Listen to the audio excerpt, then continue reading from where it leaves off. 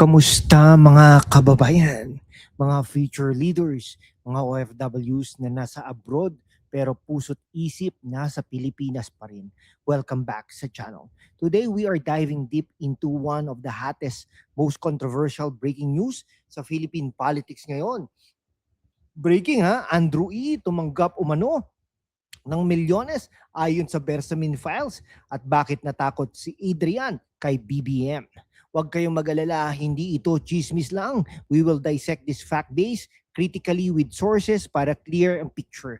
Kung mahilig kayo sa truth bombs na may konting wit at sarcasm para hindi boring, stay tuned for the full couple of minutes. Hit that like button na agad kung excited kayo at subscribe kung hindi pa. Let's go!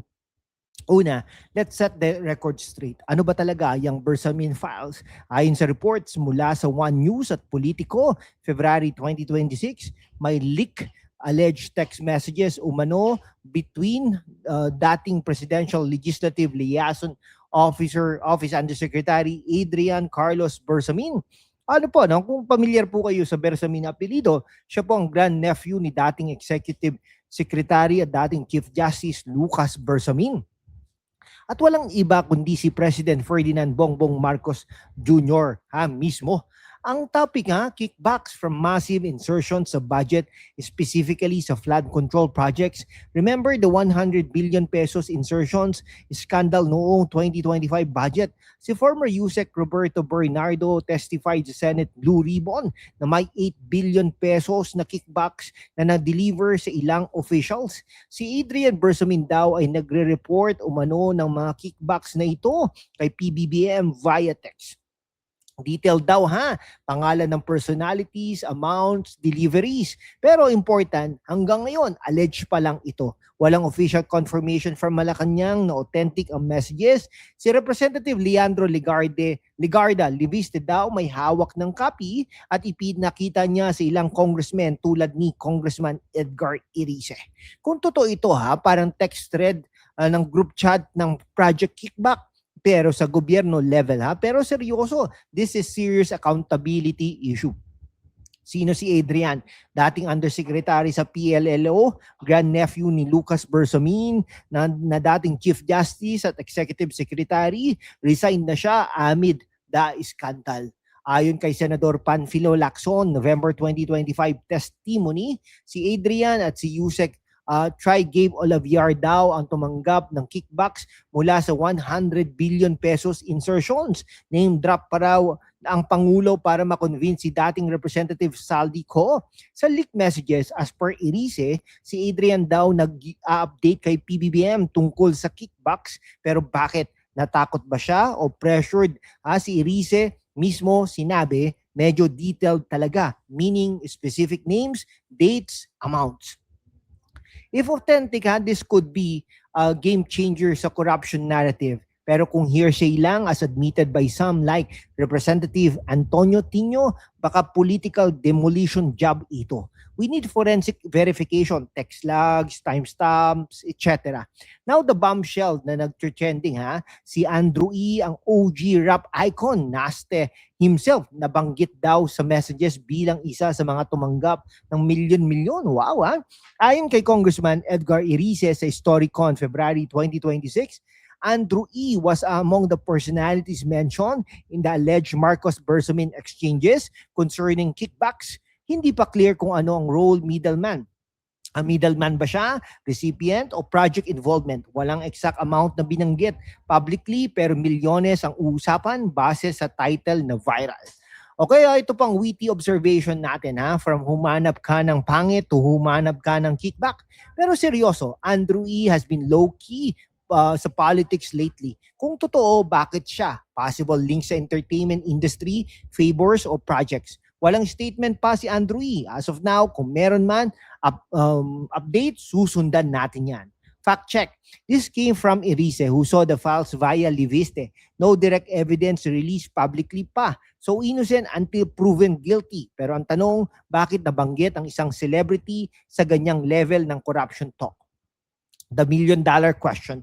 Bakit natakot si Adrian kay BBM?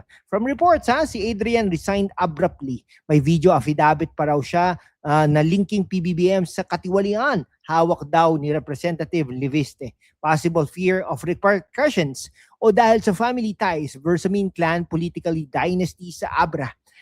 Critical analysis natin. In Philippine politics, kapag may leaks like this, madalas may motive, opposition pressure, internal rivalry, o genuine whistleblowing. Pero kung si Adrian natakot, bakit mag-leak? O baka siya mismo ang pressure to expose para makaligtas? Parang teleserye mga kaibigan, takot siya kay BBM kasi alam niyang kapag bumaksak, siya unang maiipit sa gitna. Pero real talk lang, this could trigger more probes sa ombudsman o Senado. Let's think deeper, mga bes. Accountability, kung proven massive blow sa admin credibility, flood control funds meant for Pinoy suffering from typhoons, pero napunta sa packets, unacceptable. Political warfare amid impeachment attempts versus PBBM na nabigo, dissurfaces, coincidence, or coordinated opposition like Makabayan Black pushing hard. Use OFW angle, kayo ang future OFWs, ang taxes nyo na pupunta sa gobyerno dapat transparent. Kabataan, gamitin ang social media para demand truth, hindi fake news. Okay, hearsay pa rin karamihan. Need due process pero silence from palace. Telling mga kaibigan. Mga kababayan, sa mundo kung saan ang kasinungalingan ay nangingibabaw, ang katotohanan ang unang sinisikil. Pero kasama kayo magpapatuloy tayo sa laban. Walang takot, walang kinikilingan, at laging handa para sa bayan. Sumali na sa aking YouTube channel membership sa #WalkWithLan at tulungan natin ang channel na maabot ang 100,000 subscribers. Ang inyong suporta ang susi sa kalayaan natin para ipagpatuloy ang pagbabalita ng katotohanan. Salamat at kita-kits sa laban. So, anong tingin ninyo? O nagtataka nga din tayo, ba't hindi po natutuloy ito? Natakot din po ba si Congressman Leviste? Dahil po, kung ako naman kay Senator Loren Legarda, kakampihan ko po yung anak ko, no? Ibig sabihin, dapat tumiwalag na siya sa majority at pumunta na siya sa minority. Kasi pag pumunta siya sa minority, magiging majority din po yun dahil pag siya iniluklok bilang kauna-unahang Senate President na babae. Di po ba? Ngayon, totoo kaya ang involvement ni Andrew E? Ayan po, si Andrew E. Matatanda. Alam nyo po si Andrew E, matatandaan natin na kay Sara Duterte yan no? Kaya lang, parang kinuha talaga siya. Siguro mas malaki ang bayad ni Pangulong Bongbong Marcos kay Andrew E. Natakot nga po ba si Adrian Bersamin? Drop your thoughts sa comment section mga kaibigan. Pero at the same time, be respectful. Fact days. Share this sa mga kaibigan nyo sa abroad, sa Abra. Next video po natin, deeper dives of flood control anomalies. Subscribe na mga kaibigan. Like na to.